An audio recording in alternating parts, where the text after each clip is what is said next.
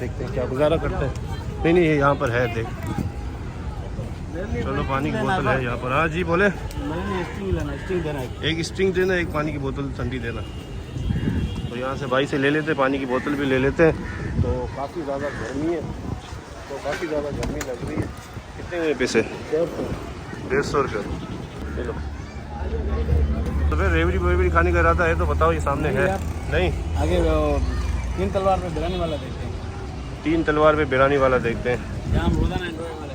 हाँ चलो अभी 3 तलवार पे जाते हैं, वहाँ पर बिरानी खाते हैं, ठीक है ना। मैंने भी कुछ खाया नहीं है। चलो सुबह अभी निकलते हैं, टाइम इतना है ही नहीं। काफ़ी कितने बज गए? टाइम कितना हो रहा है?